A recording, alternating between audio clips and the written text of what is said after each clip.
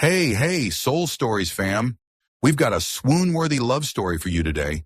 Let's jump in and tell us, what city are you watching from? Claire Hayes stepped out of her office at 7 in the evening. The city lit up, traffic rushing as if it had no idea whose day it was. In her hand was a worn-out handbag, and in her heart was a feeling that was both empty and tangled. Today was her 30th birthday. 30 years old in a brand new place, no friends, no family, and not a single direct greeting besides a few awkward text messages from coworkers. At least I can treat myself to a proper dinner, Claire told herself, trying to lift her spirits. She had made a reservation at an upscale restaurant the day before. The prices were steep, but she thought, surely I can't be eating instant noodles in my tiny 35 square meter apartment on my birthday. The taxi carried her across streets glowing with neon lights. Claire sat in the back seat, watching raindrops scatter against the window. A hint of loneliness crept into her chest, but she forced a smile as if to congratulate herself. The restaurant's at the end of the block. I'll try to stop right at the entrance so you won't get wet, the driver said warmly. Claire nodded, thanked him, and began rummaging through her bag for an umbrella. But before she found it, the car jolted. Bang! A loud pop echoed, and the car shook violently.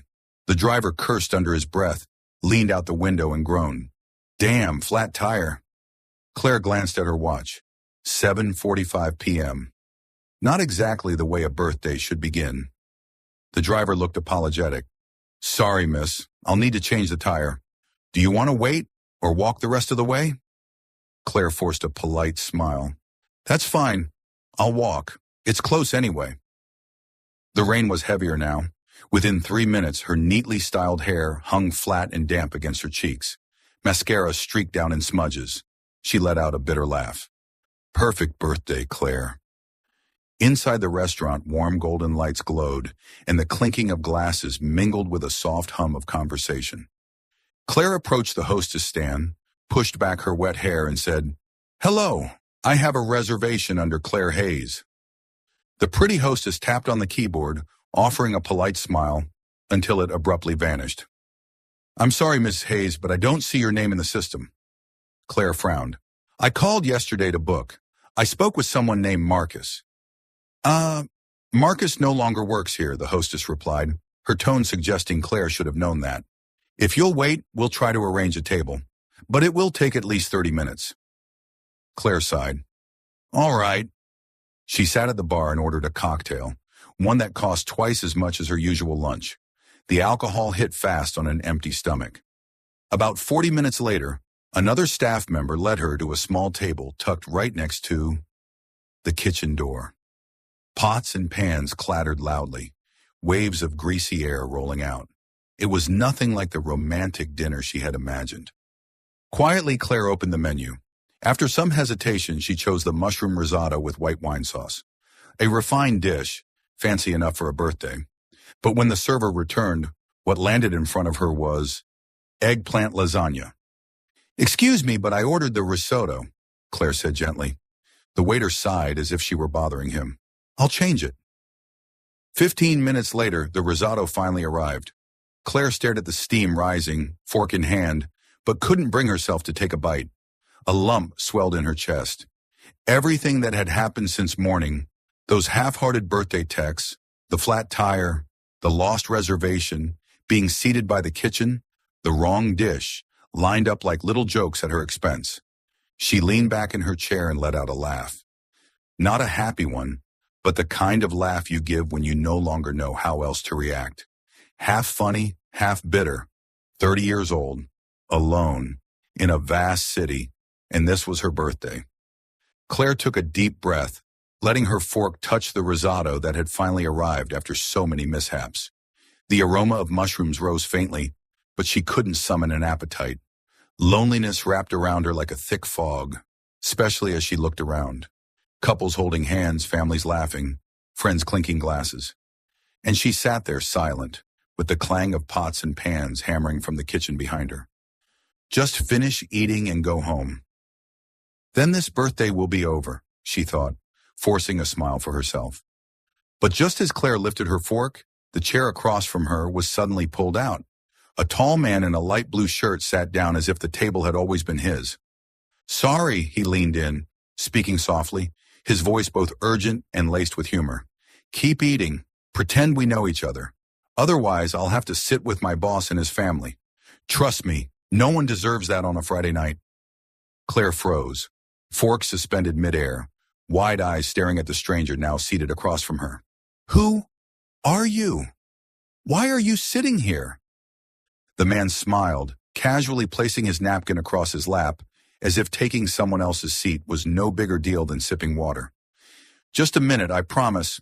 But if you look over at that table, he tilted his head slightly. 5 people, bald uncle, green tie, laughing so loud the whole block hears? That's my boss. Instinctively, Claire glanced over. Sure enough, there was a loud family ordering wine, the bald uncle in the middle roaring with laughter, exactly as he described. So what? Claire frowned, setting her fork down. You can't just sit at someone else's table to avoid your boss. Fair point, he nodded with exaggerated remorse, though a mischievous glint sparked in his eyes. But honestly, don't you look like someone who could use a little company? Truthfully, I just saved you from eating your birthday dinner alone. His words struck home. Annoyance, embarrassment, and, most of all, a sense of being caught red-handed swirled inside her. Claire let out a half-frustrated, half-resigned laugh. Perfect. My birthday was already bad enough, and now I've got a stranger claiming to be my savior. His brown eyes twinkled with amusement. Oh? Today's your birthday? Before Claire could deny it, the waiter returned, setting down a small cake with a dainty candle. Happy birthday, ma'am. Compliments of the restaurant. Claire flushed. She remembered she'd foolishly mentioned the occasion when booking yesterday. Now in front of a stranger, her loneliness felt even more exposed. The man jumped to his feet, clapping once. Perfect. Now we've got a reason to toast. He waved for 2 glasses of sparkling wine. Claire hurriedly shook her head. That's really not necessary. But he brushed it off with a flick of his hand. Birthdays are sacred. My grandmother always said the way you spend this day shapes your entire year. I can't let a woman sit alone by a noisy kitchen, blowing out candles in solitude. That would be a crime. His tone was theatrical, his eyes bright, and Claire couldn't help but laugh, lightly but more genuinely than she had all day. Do you always give speeches like this? She asked, raising an eyebrow. Only for those worth listening, he replied with a grin. I'm Ethan Cole. Claire hesitated, then nodded. Claire Hayes. Ethan lifted his glass of sparkling wine as if performing a solemn ritual. Happy birthday, Claire Hayes. May your year ahead be filled with laughter, fewer wrong orders, and no more dinners alone. Claire burst out laughing. It was shy but real, and it soothed the quiet ache she'd carried in her chest since morning. Their glasses clinked gently, tiny bubbles bursting like a soft rain shower.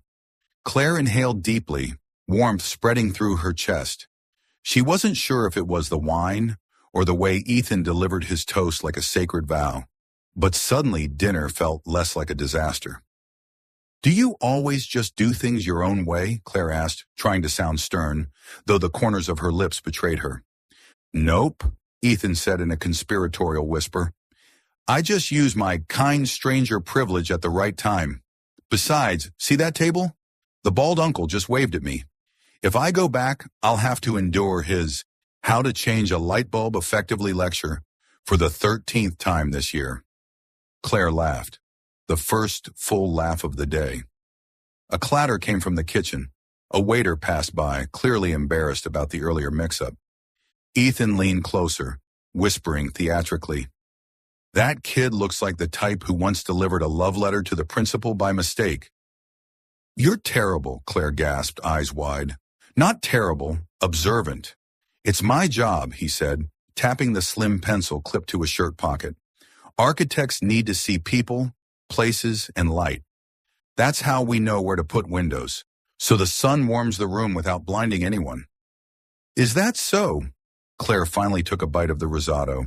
It was creamy, fragrant with mushrooms, not overly salty as she'd feared. My job's different. We put deadlines wherever the sun can't reach.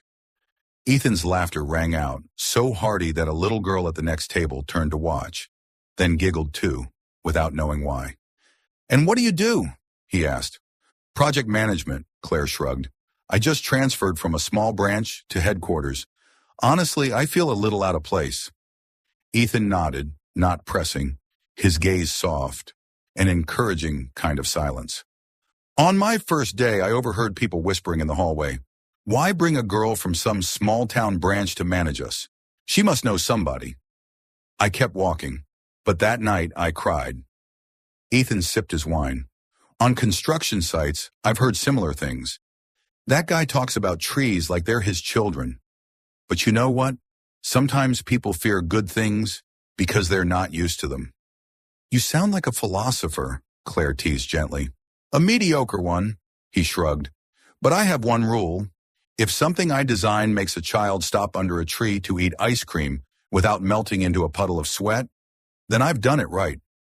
Claire laughed again. Suddenly, the noisy kitchen didn't feel so bothersome. Maybe it was because their laughter drowned it out, or because warmth in the heart makes every other sound fade. "And you? Besides deadlines, what protects your heart?" Ethan asked. "My neighbor, Mr. Whitmore," Claire replied immediately. "Hobbies include spying on people in the lobby, knocking on my door at 6:05 p.m. sharp to remind me of quiet hours, and judging delivery guys by their shoelaces."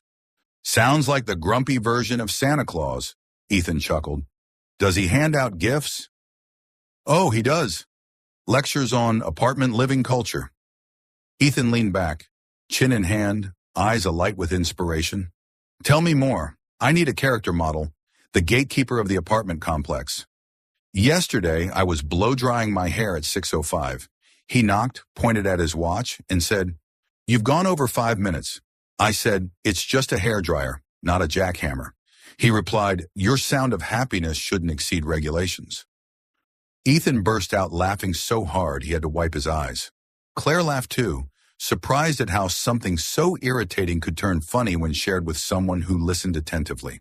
The waiter brought warm toast to make up for the mistake.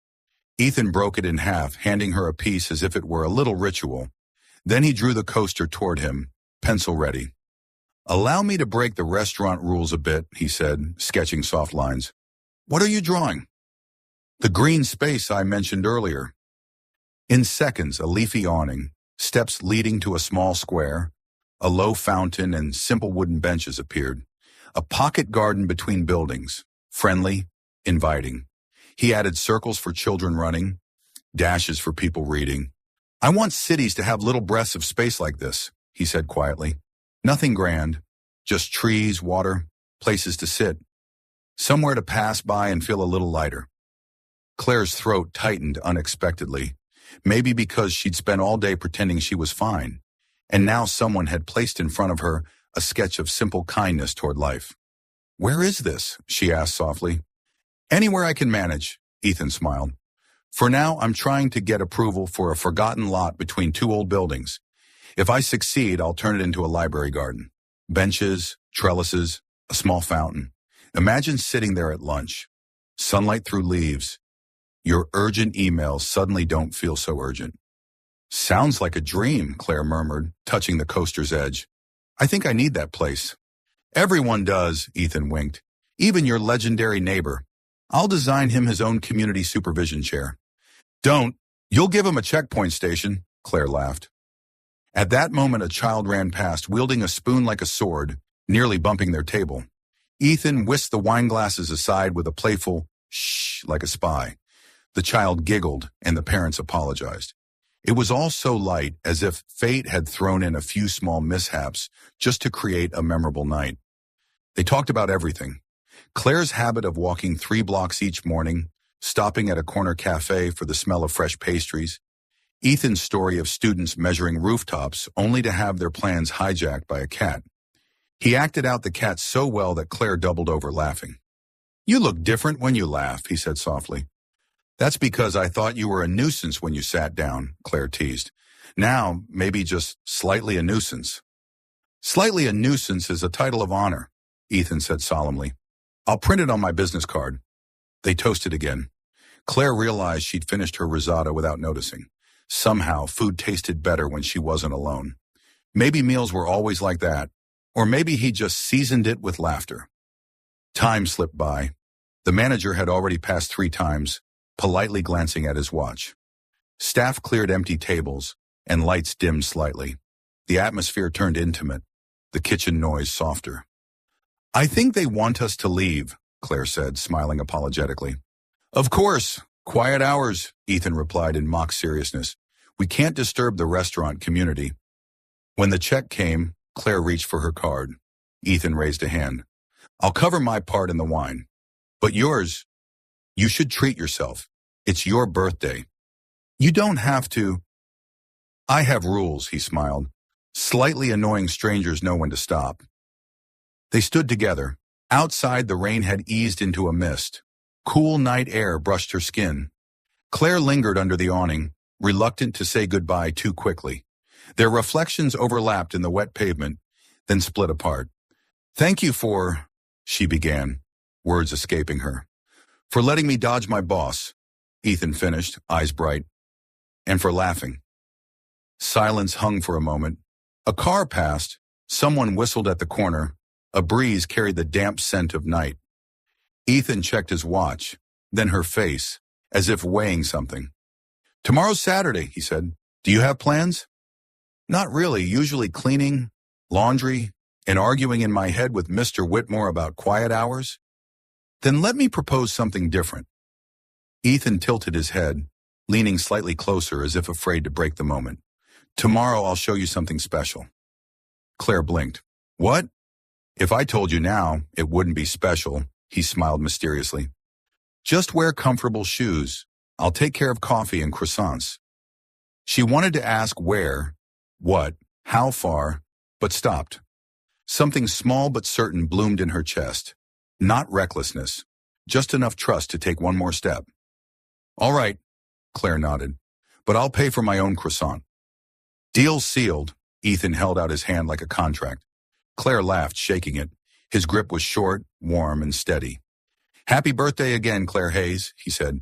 "See you tomorrow morning." "See you tomorrow, Ethan Cole." Ethan stepped back, waved, and disappeared into the damp street. Claire lingered under the awning, watching the streetlights ripple across puddles like chasing sparks. The evening, which began with mishaps, ended in quiet ease. She opened her palm. The coaster lay cool against her skin. A leafy awning, a small fountain, simple benches, drawn in soft pencil strokes. Claire slipped it into her wallet, smiling. Then she stepped out onto the sidewalk, lighthearted as if crossing a bridge. On the other side, she knew, someone had just promised to show her something special. Strangely, that was enough to make tonight no longer a lonely birthday. The doorbell rang at 10:08. Claire was still hurriedly tying her hair, her other hand fumbling with her coat zipper. She peered through the peephole, a tall, lean man in a gray twill coat, a paper bag of pastries in his left hand, a tray of steaming hot coffee in his right. His hair was slightly tousled, as if he'd just wrestled with the morning wind. Ethan Cole. Before Claire could open the door, the lobby's trademark husky voice resounded. "Hey, you! Stop right there!" Mr. Whitmore appeared as if he'd popped out of the wall. Brown sweater, moss green tie, notebook tucked under one arm, black ballpoint pen positioned like it was ready to issue a citation. He looked Ethan up and down with the attitude of someone determining the threat level of an unfamiliar visitor. "Who are you here to see? Purpose? Do you have an appointment? Identification?" He rattled off, eyebrows bristling. Ethan startled a little, then immediately straightened up, lifting the coffee tray as if presenting a logbook. "Sir, I have an appointment with Ms. Claire Hayes. Purpose, to deliver breakfast along with a bit of happiness. I do have ID, but I'm currently too busy keeping the coffee from spilling. Visitors are not allowed to bring outside food in if it soils the lobby carpet," Mr. Whitmore said, eyes fixed on the tiny beads of condensation on the lids. "And no making noise." "I promise I'll leave as quietly as a cat. A well-behaved cat," Ethan smiled, leaning toward the coffee as if whispering to it. "You hear that, guys? Silence, please." Claire opened the door just then and nearly burst out laughing. "Good morning, Mr. Whitmore. This is my friend Ethan. He's completely harmless. and very good at walking softly and speaking softly. I acknowledge your assurance, the man nodded, still sneaking a glance at Ethan. Just a reminder, Saturday quiet hours last until 9. No loud laughter, no scraping chairs across the floor. I'll laugh in my thoughts, Ethan said solemnly, and I pledge not to scrape anything except a croissant. The corner of Mr. Whitmore's mouth twitched as if he were wrestling with himself between stern and slightly amused. In the end, he flicked his hand. Fine, but do not spill coffee on the new carpet. That kind holds smells forever. Ethan inclined his head like he was bowing to a castle's master of ceremonies. Understood, Lord of the Carpet. Claire couldn't hold it in and covered her mouth laughing. She thanked him and pulled Ethan inside. When the door clicked shut, the two of them looked at each other and broke into a small laugh, as if afraid of violating the rules. You've just passed the toughest test in this building, Claire said, taking the pastry bag. I know. I rehearsed all night. Don't spill the coffee. Don't spill the coffee. Don't spill the coffee. Ethan mimicked a whisper, handing her a cup. Latte for you, no sugar. Did I guess right? Claire was surprised. How did you know? Yesterday you ordered sparkling wine but winced at the overly sweet dessert. People like that usually take their coffee without sugar. He winked. And here's a butter croissant, the kind that flakes everywhere, but worth it. They stood right in the hallway, leaning against the wall, savoring the first sip. The smell of coffee mingled with warm butter, melting into the chilly morning air, so delicious that they both sighed with contentment. So what's the something special? Claire tilted her head. I told you, if I say it now, it won't be special, Ethan smiled. Just wear comfortable shoes. The rest depends on your courage. I'm only afraid of Mr. Whitmore, Claire joked. Otherwise, let's go. Ethan's car was an old green station wagon, the kind that looked like it was made for hauling plants more than people. In the back seat, 2 small fern pots trembled. A few thick books were strapped in with a seatbelt, along with a tape measure and a roll of pencils. Sorry about the mobile mini for us, Ethan said, lowering the window for air. I'm acting as temporary babysitter for some office plants. They need sun on the weekends. Do they have names? Claire asked, surprised. They do. The one on the left is Little Tangle, because it's always tangled. On the right is Sir Nonchalant, because its leaves droop regardless of life. Claire giggled and buckled her seatbelt. Do you often talk to plants? Yes, and they rarely argue, Ethan replied deadpan. On a Saturday morning, the city was still half asleep. Streetlights hadn't fully switched off. A few cafes had opened early. Joggers slipped by like little dashes. The wind carried last night's dampness in a faint yeasty scent of baked goods. Ethan turned on a small radio. Soft jazz hummed in the background. Are we going far? Claire asked. Not far, just a little roundabout, Ethan said, turning down a narrow street. I want you to forget you're surrounded by concrete. The car stopped in front of a row of old brick walls blanketed with ivy. A low iron gate was locked with a rusty padlock, but beside it was a narrow passage, just wide enough for one person to slip through. Ethan grabbed the bag of croissants and a thick blanket from the trunk. Let's go, he said as casually as if inviting her to cross a field. They squeezed past the wall and stepped onto a path hidden under dense branches.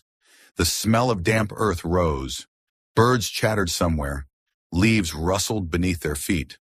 Claire noticed her breathing had slowed, as if her lungs were surprised to be inhaling a different kind of air. What is this place? She whispered. Once I was looking up records for an old house that was demolished long ago, Ethan said, pushing branches aside for her. The house is gone, but the neglected garden is still here, inside these walls. Someone forgot to lock a side gate. I've been coming by sometimes ever since. I don't tell many people. The path opened up and Claire came to a stop. In front of her was a clearing that felt like a fairy tale. New green grass spread like a carpet, dotted with low lavender bushes. In the middle stood a round stone basin, its still surface reflecting a patch of silver sky.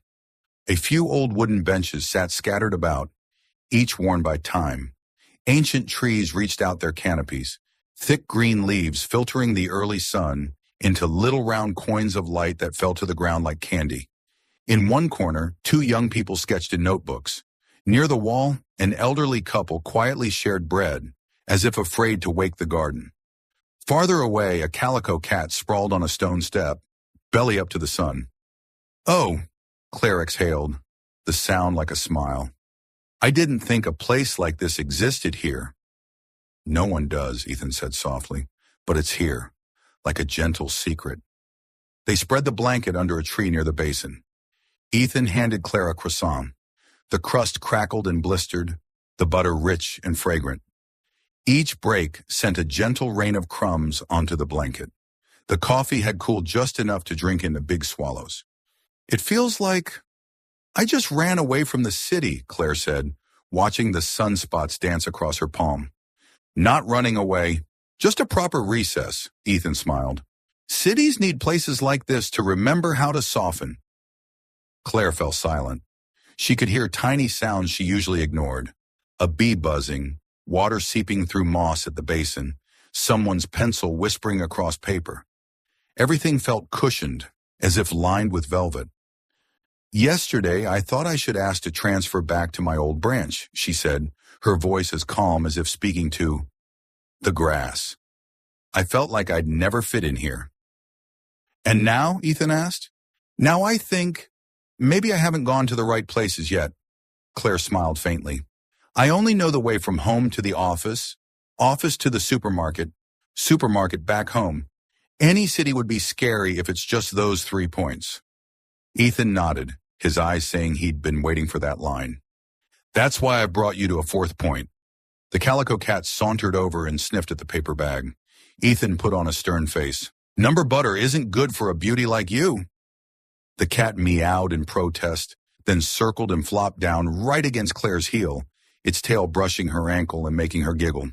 "I once sketched a garden corner like this in my notebook," Ethan said, pointing at the basin. "A circle where people can gather but aren't forced to. Anyone who wants quiet can find a nook. Anyone who wants to talk might accidentally meet someone's eyes here." "That makes sense," Claire said, turning the paper cup in her hands. "At my company, people meet eyes to guess who holds power. Here, it seems it's just to say, 'Good morning.'" "I wish the city were full of those good mornings," Ethan replied. They sat for a while at their leisure. The only sounds were leaves whispering and water trickling from the stone basin. Claire realized her heartbeat had slowed, as if all her work worries and coworkers' whispers were stuck outside those ivy-covered walls. "How about this?" Ethan said suddenly, turning half a pastry in his hand. "If you had to make one wish today, what would it be?"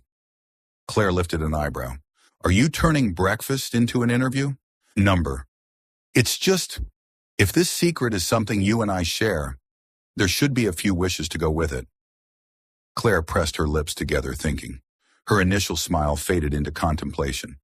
"I wish I had a place to call home. Not a hastily rented apartment, not an office with lights on all night, and definitely not a seat by a noisy kitchen in a restaurant. Just a place where I don't feel out of place." Ethan was quiet for a moment, letting the weight of that settle into the grass. Then he nodded slowly. "I understand." "And you?" Claire asked, looking over. Ethan swept his gaze across the garden. The mossy basin, the old benches, sunlight pooling into round spots. He lifted his hand as if sketching a building in the air. "I want to create more spaces like this for the city. Places where people can take a deep breath and feel like they can still breathe." Claire smiled. "You sound like a poet." "No, I'm an architect," Ethan countered, though his eyes gleamed playfully. "Very different things. Poets make people dream. I just want to make them feel less stifled." They both laughed. Their laughter rang in the quiet space like a little bell trembling. Claire leaned her head back against the tree and thought that it had been a long time since she'd laughed so freely. Since arriving in the city, she'd been bracing herself nonstop. Now in this secret garden, with a man who was slightly annoying but sincere, the weight eased noticeably. Ethan kept talking, his tone a mix of earnest and teasing. "You know, if I ever succeed, I'll build rooftop parks, turn parking lots into gardens, and put wooden benches on every corner. And I will definitely reserve a spot for a statue of your grumpy neighbor." Claire laughed, covering her mouth. If Mr. Whitmore heard that, he'd probably rally the entire residence council to protest. That's fine. I'll build a complaints room next to it. Give people a place to grumble, and they'll be less cranky. Their smiles lingered. In the deep green space, their conversation moved between thoughtful and playful, and Claire realized for the first time in many months that she felt truly light. An ordinary Saturday morning, yet it became a morning she knew she would remember. A morning with croissants, coffee, and a secret garden, and a new smile. Claire wasn't sure why she agreed so quickly. All she knew was that after that morning in the secret garden, Ethan's invitation felt a lot easier to accept. Tonight, I'm having a little get-together with some friends. They're all a bunch of oddballs, but fun. You'll come, right? Ethan asked as he drove her home. Claire hesitated. She was used to office parties where people raised glasses of white wine, but their eyes gleamed with calculation. The thought of a completely unfamiliar gathering made her both curious and nervous. I don't know. I'm not sure I'd fit in, she admitted. Trust me, Ethan said with a grin, eyes still on the road. There, all you need to know is how to laugh. That evening, Claire stepped into a third-floor apartment in an old neighborhood. Gentle music drifted from inside, not too loud, just enough to set a rhythm for the bursts of laughter. The door opened, and Ethan welcomed her with a grin that stretched from ear to ear. Welcome to the Oddball Club.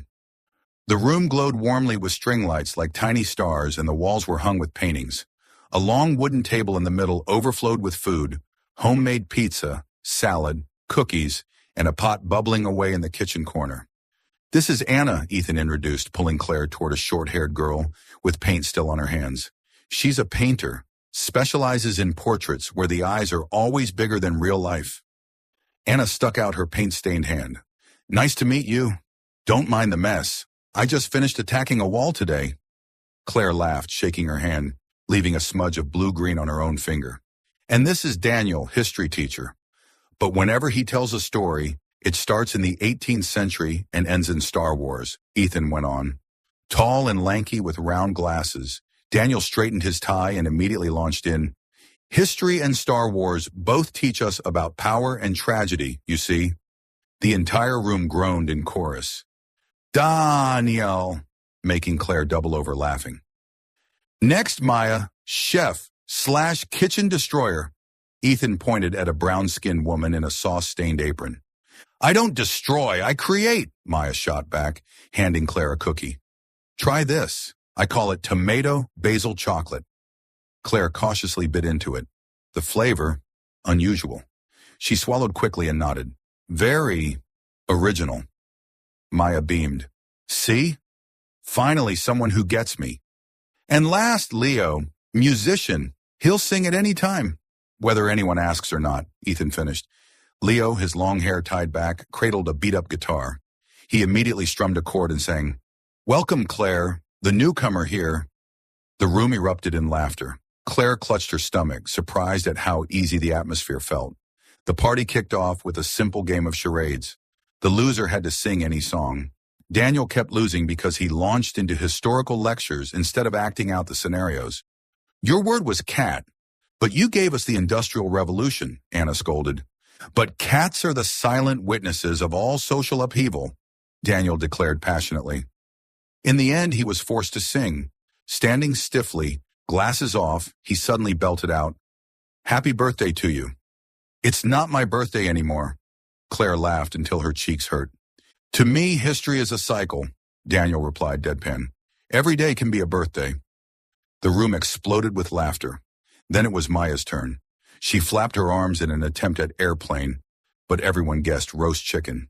She had to sing, off-key and tuneless, forcing Leo to strum wildly to keep up. A pop song collapsed into chaotic improv, growing funnier with every note. Claire laughed until tears streamed down her face. She couldn't remember the last time she felt so carefree. No judgmental stares, no whispered comparisons, just laughter and genuine welcome. Later, as the group bustled to clear the table, Ethan tugged Claire onto the balcony. City lights winked in the distance, the air carrying the smell of pizza and fresh paint. What do you think? He asked. I think it feels like I just found a second family, Claire said softly, smiling. Everyone's so Warm. Ethan nodded. Told you. Here, all you need to do is laugh. Claire glanced back into the apartment. Anna snapping photos of the pizza. Maya yelling, "Don't eat all my unique cookies." Daniel fixing his tie to deliver another lecture. Leo strumming and chanting, "Pizza, pizza," like a chorus. A group of genuine oddballs, but endearingly so. Leaning against the railing, Claire felt something ease inside her. For the first time since moving to the city, she felt welcomed. Not for her job title, not for her achievements, but for her smile, her presence. Just her. And that was more precious than anything. Still following the story? If this story found you outside of Soul Stories, we invite you home, to where every touching tale begins with truth, hope, and heart. On Monday morning, Claire stepped into the company's headquarters with a mood completely different from every week before. It wasn't that the work had gotten any less demanding, deadlines still breathing down her neck, emails still piled like mountains, but because she just had such an unusual weekend.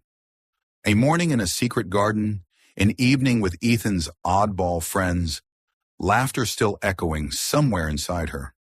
For the first time, Claire didn't feel entirely like an outsider in the city. She greeted the lobby guard with a clear smile, receiving a surprised nod in return. In the elevator, instead of staring at her phone as always, she looked straight into the mirror, adjusted her hair, and smiled softly at herself. The morning meeting began as usual. A long conference room, glossy white table, 10 colleagues already seated, all focused on their laptops. Claire's direct manager, sharp, composed Marjorie, looked around and said evenly, "We need ideas for the new product campaign. Any suggestions?" The room fell silent, only the faint tapping of keys. Normally, Claire would have kept quiet, because every time she spoke, someone would inevitably raise an eyebrow or sigh, as if to say, what could she possibly know? But today, Ethan's words from the night before rang in her mind. Don't forget, you're better than they think. Claire took a breath and raised her hand. I have an idea. Heads turned. Marjorie gave her a small nod to continue. Claire stood up, her heart racing. Instead of flashy, overproduced ads, what if we created a series of content based on the real experiences of our customers? Short, simple videos filmed in familiar corners of the city. Real people. Real stories. A few colleagues frowned, skeptical. But Claire went on, her voice steadier. People are tired of perfectly polished images. What they want is relatability. I think this could be a way for our brand to breathe. She stopped, heart pounding. Silence hung for a moment. Then Marjorie nodded, her eyes lighting up. Good idea, Claire. Let's try a pilot based on that suggestion. Claire sat down, exhaling softly. Her heart was still pounding, but this time from exhilaration. In the days that followed, she was assigned to lead a small team to develop the idea. At first, 2 colleagues showed clear reluctance, but when the first test clip was played, a simple video of a young mother using the product in her small kitchen, their attitudes shifted. It feels more real, one admitted. Maybe this could work. Claire smiled, saying nothing. In her mind, she heard Ethan again. See? I told you, you're better than they think. Ethan didn't miss a single day without sending her a playful message. Don't forget lunch. Risotto doesn't magically grow inside a lunchbox. If coworkers give you a hard time, just remember Mr. Whitmore and be glad at least they're not knocking on your door at 6:05 p.m. Your new campaign will succeed. I've already asked Little Tangle and Sir Nonchalant, the plants, to pray for you. Those messages, sprinkled with odd emojis, became the brightest spots of her days. Claire often caught herself laughing at her phone in the office, startling her coworkers. Her after-work habits began to change too.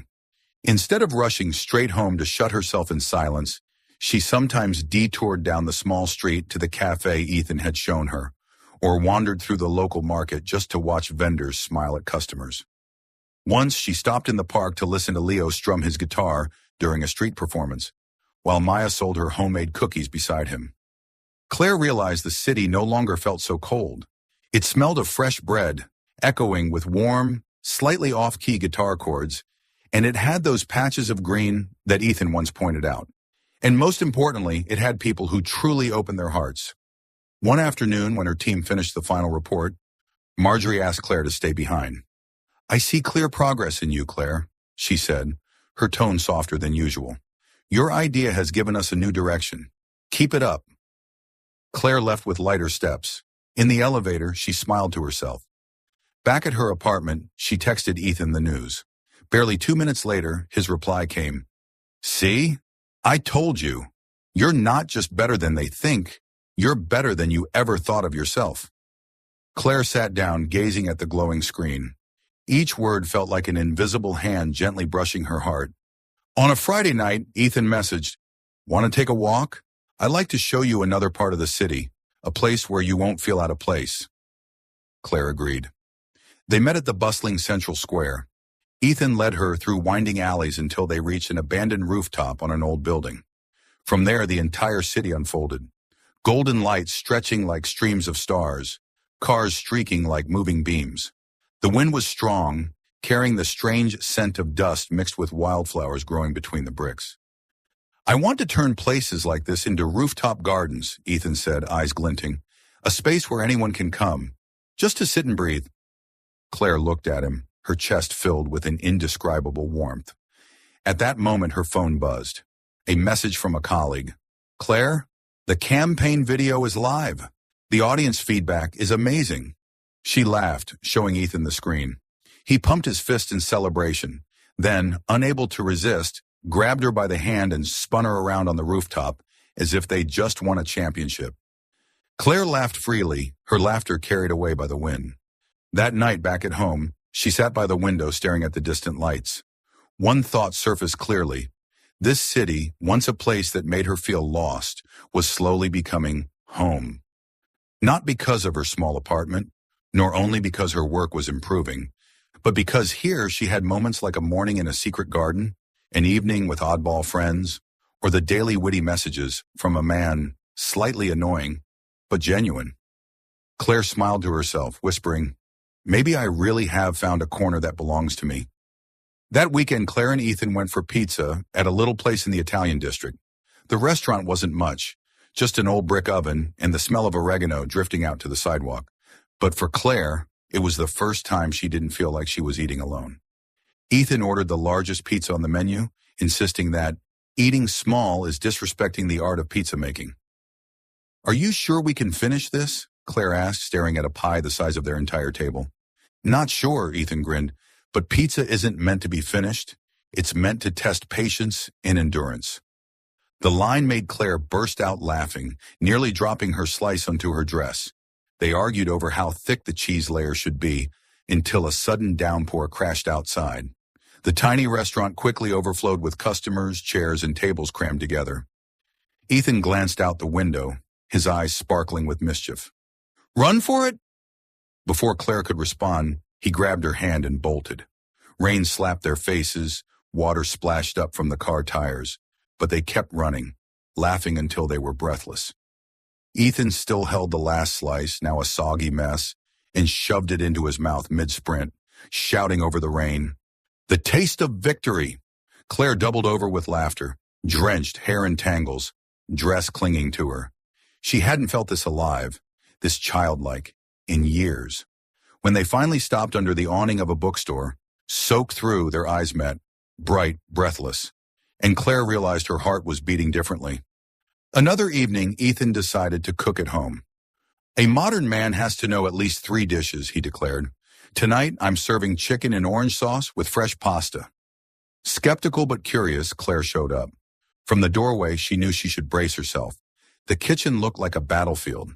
Flour was everywhere, orange juice was overflowing from a pitcher, and a pot was boiling furiously on the stove. "This is the experimental phase," Ethan explained, holding a pan of chicken that was already smoking at the edges.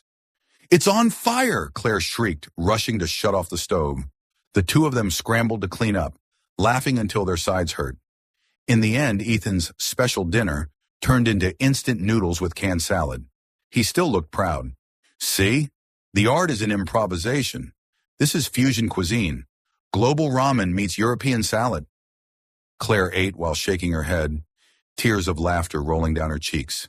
A disaster, yes, but one of the most memorable evenings she'd had. Another time, while walking through the farmer's market, Ethan spotted an apple tree heavy with fruit, its branches hanging over a fence. His eyes lit up like a child's. "Claire, this is a treasure." "Don't tell me you're going to," she began, but he was already climbing. Passers-by stopped to watch, children cheering. Claire flushed red, torn between worry and amusement. "Get down! What if someone catches you?" "Then we'll be knighted as modern-day Robin Hoods," Ethan called down, reaching for an apple. Just as Claire feared, a market security guard rushed over, shouting, "Hey, you! Down! That's public property!" Claire covered her face in embarrassment. Ethan jumped down quickly, holding the apple out like a surrendered piece of evidence. "I'm sorry, sir. It looked too beautiful." The guard glared, then turned to Claire and shook his head. "Your boyfriend's going to be trouble." The words stunned Claire. She didn't correct him. Her cheeks burned too hot. Ethan caught her eye, a strange gleam of delight flashing there, but he only smiled faintly. They walked away with a bag of apples, purchased properly this time. Ethan bit into one, smirking. "Fine. Next time I'll invite the guard to climb with me." Claire laughed, though her heart still buzzed with the echo of those two words, your boyfriend. Those quirky little outings kept piling up. None of them perfect in the cinematic sense, but all the more precious because of their spontaneity, their clumsiness, even their small failures. Each time she was with Ethan, Claire felt allowed to let go, to laugh loudly, to be awkward without fear of judgment. They teased each other like friends. "You really are a kitchen disaster. And you're the victim of that disaster." But in the quiet pauses between jokes when their eyes met unexpectedly, Claire sensed something different. Not just friendship, not just fun. One night after walking her to her door, Ethan lingered. He looked at her for a long moment. No words, just a slightly uneven smile, a gaze that held on longer than usual. Claire's heart raced. She quickly turned away, pretending to search for her keys. Inside her, something was quietly taking shape. She didn't need Ethan to put it into words, nor a grand declaration under fairy lights. That look was enough. It told her they were moving closer, little by little, and most of all, she wasn't afraid. That week, Claire's company was busier than ever. The marketing campaign she had proposed was entering its final stretch. The office buzzed with the clatter of keyboards, non-stop ringing phones, and back-to-back meetings that left no time for a proper lunch. The break room was cramped, filled with the bitter smell of coffee and the distant rhythm of typing. Claire walked in to pour some water and immediately caught snippets of two colleagues gossiping. "You know that guy Claire's always hanging out with," one said, lowering her voice but clearly making sure it carried. "Yeah, looks polished on the outside, but I heard he's just some small-time architect. Projects nobody remembers." "Exactly, always talking about those so-called green buildings. Sounds nice, but in reality, he can't make anything happen. More of a smooth talker than anything." Dry laughter followed.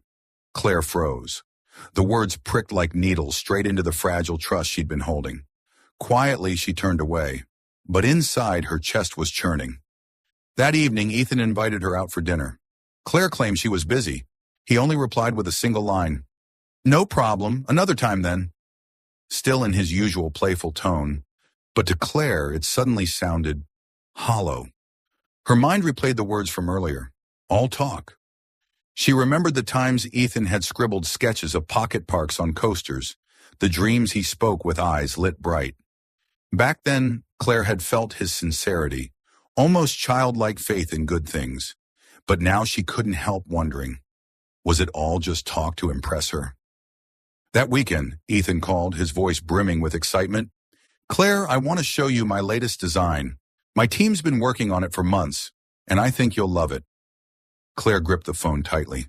Part of her wanted to say yes immediately, to keep believing in him. But another part hesitated, weighed down by those whispers.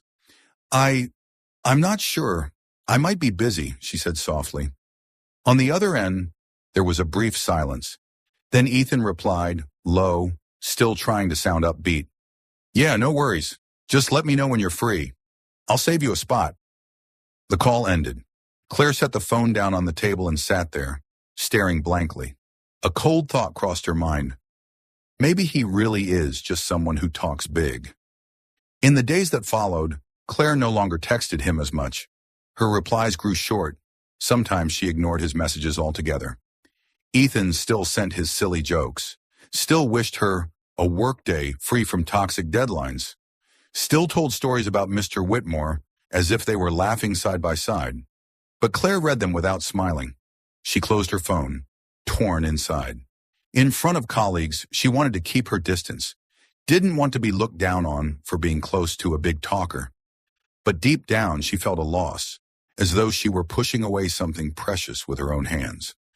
That night, she lay on her bed, ceiling blurred in the dark. The trust she'd given Ethan, the man who had pulled her running through the rain, who had made her laugh in the secret garden, was cracking, and she didn't know if that crack could ever be mended. Ethan was never a hard man to read. Claire had known that since the very first day she met him. Whatever he thought usually showed right on his face. So when she started replying to his texts with curt words, when their meetups were postponed under the excuse of being too busy, she was certain he'd noticed, and he didn't avoid it. One evening, Ethan called. His voice was calm but firmer than usual. "Claire, I want to see you. Not for dinner, not for jokes, just to clear a few things up." Claire hesitated, but something in his tone made it impossible to refuse. They met at a quiet cafe near the downtown area. Ethan arrived early, sitting at a window table with a large paper bag in front of him, stuffed with rolls of drawings. When Claire walked in, he stood to greet her, not with his usual playful grin, but with steady, serious eyes. "I'm not good at circling around things," he began. "Claire, I know you've been avoiding me lately, and I think I know why." Claire gripped her glass of water, saying nothing. Ethan drew a breath, then continued. "You've heard people call me a big talker, haven't you? Someone who makes promises but never delivers." Claire flinched. His bluntness stripped bare the doubts she'd been hiding. She opened her mouth to protest, but the resolve in his eyes held her back. "They're not entirely wrong," Ethan said slowly. "I've been rejected plenty of times. There were projects where I submitted my designs, and people scoffed. Pretty, but unrealistic. I've poured a whole year into a proposal, only to have it tossed aside." He paused, tightening his hand around the roll of paper. "I know that, to a lot of people, I probably look like nothing more than a useless dreamer. But there's one thing I've never done. Pretend. Everything I've told you, every dream I've shared, they've all been real." Claire's throat tightened. Her doubts began to feel less like caution, more like shame. Ethan opened the bag and pulled out a large roll of drawings, carefully spreading them across the table. Pencil strokes, watercolor shading, and detailed notes filled the page. "This is the project I've poured my heart into," he said, voice steady. "A green complex right in the center of the city. At the heart, an open park, surrounded by a library, a plaza, and shared community spaces." His finger traced the page. "Here, a man-made pond where people can read under the trees. Over here, a small square, wide enough for kids to play and adults to listen to street music. And the rooftop of the library, a community garden where anyone can plant, anyone can harvest." Claire followed his hand, her eyes widening. These weren't the casual sketches on napkins she'd seen before. This was a detailed, large-scale plan, each section carefully drawn. Every line radiated passion and seriousness. "I don't know if this project will be approved," Ethan admitted, looking directly at her. "But I can promise you, it's not empty talk. I don't make hollow vows. I truly believe this city can breathe easier. And I'll see it through." Claire sat motionless. The whispers that had gnawed at her mind suddenly dissolved, replaced by the sight of the man before her. A steady gaze, graphite still smudged on his hand, in a voice low but sincere. Emotion welled in her chest, hard to name. Every croissant morning, every rain-soaked run, every laugh under an awning, none of it had been a game. It had all come from his truth. "Ethan," Claire whispered, eyes brimming. "I'm sorry, I doubted you." Ethan shook his head, a gentle smile finally softening his face. "Don't apologize. I get it. Trust doesn't happen overnight. It takes time, and I'm ready for that." Claire looked back at the drawing. In the middle of the city's cold towers, that green complex stood like a promise, a dream you could almost touch. In that moment, she knew this man wasn't a smooth talker. He was someone who dared to dream big, dared to pursue it, and most importantly, dared to be genuine. The news came on an early autumn morning. Just as Claire set her coffee cup on her desk, her phone buzzed nonstop. On the screen flashed Ethan's name, followed by a string of frantic messages. "Oh my God! You won't believe this! Get out of the office right now, I have to tell you in person." Claire frowned, puzzled, but the sheer excitement in every word made her heart beat faster. An hour later, they met at their usual cafe near the park. Ethan burst in, clutching a thick folder, hair mussed, eyes sparkling like a kid with a new toy. "Claire!" he nearly shouted. "Harrison said yes!" "Who's Harrison?" Claire blinked. "The head of the biggest real estate group in the region. He's decided to fund my green complex project. Not just promises, an official signed deal." Claire froze for a second, then laughed in sheer surprise. Ethan pulled out a chair opposite her and spread the documents on the table. His hands trembled, but his voice was steady. "They'll finance the entire first phase. Construction starts this year. If all goes well, it'll become a new landmark for the city." Claire stared at the familiar drawings, except this time, the lines weren't just dreams. They were about to turn real. Emotion swelled in her chest until she had to swallow hard. "Ethan, congratulations," she whispered, her eyes glistening. "No." Ethan shook his head, his smile blazing. "Thank you. If it weren't for you, I'd never have dared chase this far." Claire laughed, trying to hide the tremor in her chest. "I didn't do anything." "You believed in me," Ethan replied simply. "That's more than enough." The news spread fast. Local papers ran headlines. "A new symbol for the city? First large-scale green complex to break ground." The main image was the sketch of Ethan's project, a central park ringed by a library, a plaza, and rows of glass houses. The public buzzed with anticipation. Industry colleagues whispered in surprise. Ethan's name had never been mentioned this much before. On the groundbreaking day, Claire and Ethan's oddball friends arrived early. Anna carried her sketchbook, and Daniel came armed with historical anecdotes. The Romans built plazas like this too, except they didn't have Wi-Fi. Maya brought a box of cookies to fuel the architect, and Leo slung his guitar, ready to play. Claire stood in the crowd, eyes fixed on Ethan as he stepped onto the stage. He wore a simple white shirt, hair stirring in the breeze. His voice was deep, no trace of bragging, just genuine conviction. This isn't just a project, it's a promise that this city deserves places to breathe, deserves spaces where people can sit, read, laugh, and feel like they belong. Thunderous applause followed. Pride surged through Claire, swelling until it nearly broke her. But joy came with challenges. From that day forward, Ethan practically vanished into work. He spent nights with engineers, architects, and contractors, endless meetings, drawings revised until midnight. His schedule stretched like a taut string. Claire worried. Sometimes near midnight, her phone buzzed with his messages. "Are you asleep? If not, pray that the library roof doesn't collapse on my 5th revision." Or, "I've had enough coffee for 3 people today. If I sprout a second head, would you still be my friend?" Those silly lines made Claire laugh, but they also stung. She knew he was exhausted, yet still tried to reassure her, afraid she'd worry too much. One night she typed back, "If you grow another head, I'll buy us matching hats. Fair?" His reply was instant. "Perfect. One head will handle the project, the other will focus on making you laugh." Claire bit her lip, torn between sweetness and ache. During those long weeks, the oddball friends became his unofficial support team. Maya delivered late-night meals to the site. Anna sketched each stage of construction like a visual diary. Daniel entertained the crew with his stories, while Leo sat on the steps, strumming a guitar to ease the tension. Claire often stopped by too, carrying coffee and reminders. "You need to sleep, Ethan. No architect can stay upright without rest."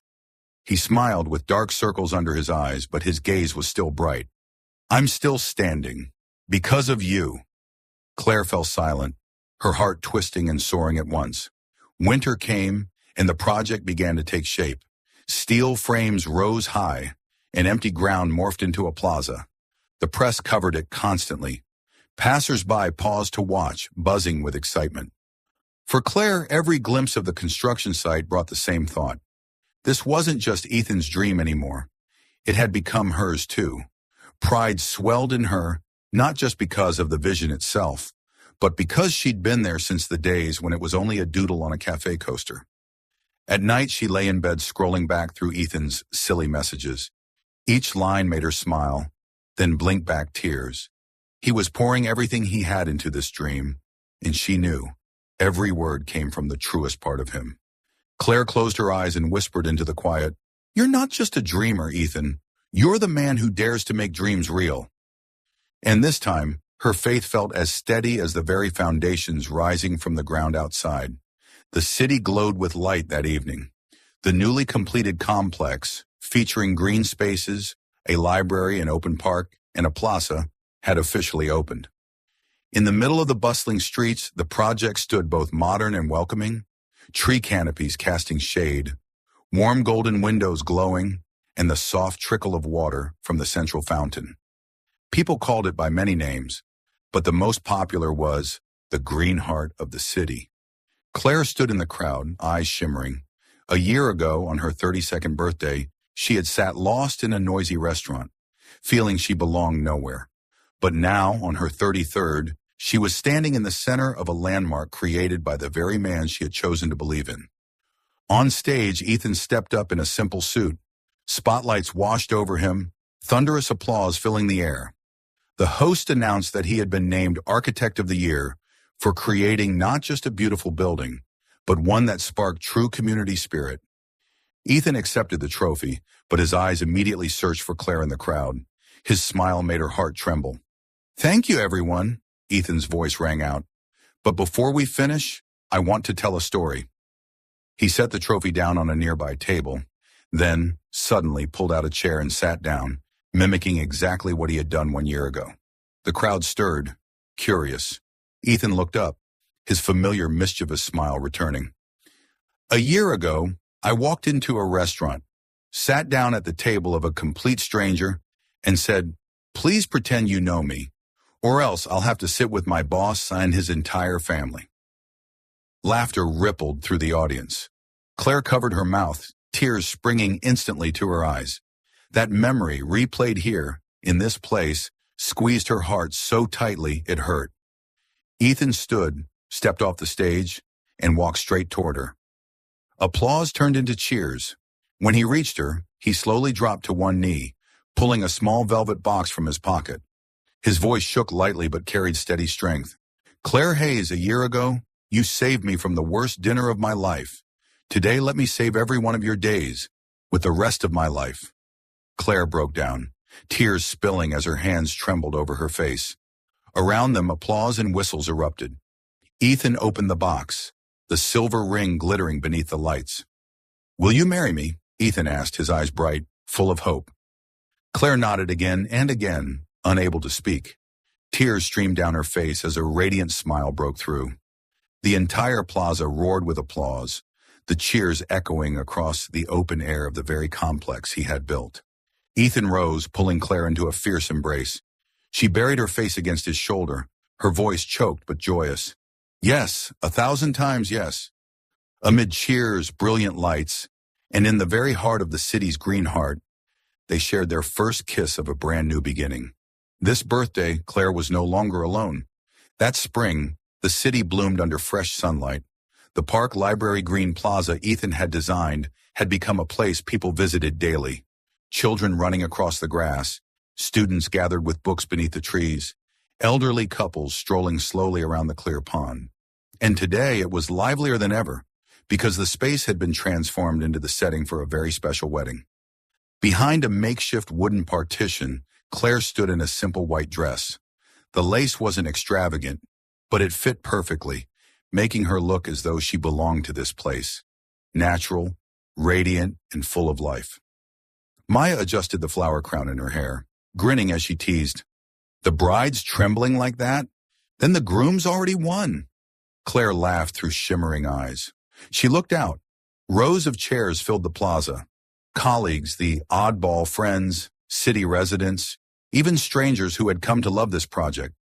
In the second row, Mr. Whitmore sat bolt upright in his old suit, stern-faced, notebook clutched tight. When his eyes met Claire's, he gave a small nod, then quickly turned away, dabbing at his eye as if dust had flown in. The gentle strum of Leo's guitar floated into the air. Anna stood sketching the scene in quick strokes. Daniel eagerly whispered historical trivia to his neighbors. In ancient Greece, weddings were also held in public squares, but without cookies, while Maya proudly passed around a tray of fresh, warm ones. Claire took a deep breath. In that moment she knew. She was no longer alone. When Ethan appeared in a light gray suit, his gaze went straight to Claire. The crowd clapped and cheered, but in their small world, there were only two. He held out his hand. Claire placed hers into his, feeling the warmth flow through as he guided her steadily to the plaza's center. Adorned with climbing flower garlands and green ribbons, symbols of new beginnings. There was no lavish ceremony, only a close friend officiating, his voice clear through the microphone. Today, here at the place born from Ethan's dream, we witness Claire and Ethan build another dream, their own home. Ethan turned to Claire, his eyes shining as brightly as the day he'd first sat down at her table in that noisy restaurant. His voice caught, though he still managed a trace of humor. A year ago, you pretended to know me, just to save me from a terrible dinner. Today, I don't want you to pretend anymore. Let me save all your days, not by dodging a boss, but with my whole life. Laughter rippled through the crowd, followed by applause and long whistles. Tears welled in Claire's eyes. She nodded, whispering, "Yes, and this time, I don't have to pretend." Ethan lifted her hand, pressing a kiss to the gleaming ring. Applause thundered across the plaza. When the vows ended, Claire and Ethan walked hand in hand along the petal-strewn path leading into the lush garden. Leo's guitar played, Daniel's voice was drowned out by laughter, and Maya ran after them, slipping extra cookies into the bride and groom's hands. Behind them, Mr. Whitmore muttered, "An outdoor wedding, this noisy ruins quiet hours." But everyone could see his reddened eyes and the tight press of his lips to hide a smile. Claire leaned against Ethan's shoulder, gratitude flooding her. A year ago, on this very birthday, she had thought herself a stranger, alone before a mistaken meal, but today, on her birthday again, she had found her true home. Not just an apartment or a city, but a place defined by the man holding her hand, walking with her through the green garden, before the witness of friends in an entire community. As they passed the central fountain, the afternoon sun spilled down, scattering shimmers of light around them. Claire smiled, whispering, "This isn't just your project anymore, Ethan. It's the symbol of our love." Ethan squeezed her hand tighter, his eyes alight with joy. "And it's the future we'll build together."